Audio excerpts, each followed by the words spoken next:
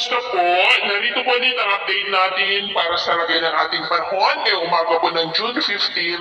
2024 na kung saan sa ngayon ay patuloy pa rin po nakabagat ang hangin na umiihip po dito sa ating bansa,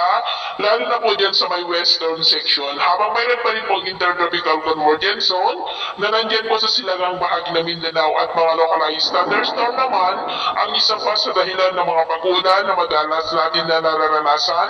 lalo na po yan sa dakong hapon, gabi at madaling araw. At sa ating low range forecast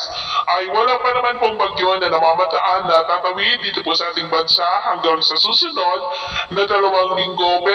Pero hindi pa rin po inaalis ang posibilidad na may isa hanggang 2 bagyo na maaaring mabuo o kaya po ipapasok sa ating area of responsibility ngayong buwan po ng Hunyo.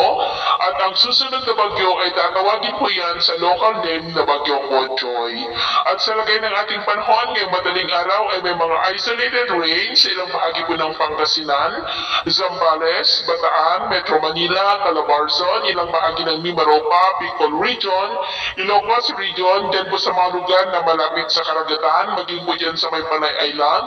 ilang bahagi ng Negros, Cebu, Bohol, Leyte, ilang bahagi ng Samar Provinces, Zamboanga del Sur, Mati, Davao, Cotabato City at Sarangani. At mamaya ay sisikat ang araw sa malaking bahagi ng bansa pero may chance pa rin ng maulap na kalangitan with isolated rains sa ilang bahagi ng Calabarzon, Mimaropa, ilang bahagi ng Bicol Region, Panay Island, Kabantalan, Bohol, Zamboanga del Sur, Sultan Kudarat, Sarangani at Mati. At mamayang hapon, mas maraming lugar muli ang makakaranas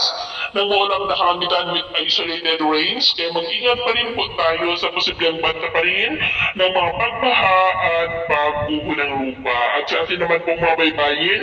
wala naman po tayong nakataas na lumang gale warning signals, pero tayong pag-iingat lamang po kung papalaod tayo para mas makaiwas sa mga sakuna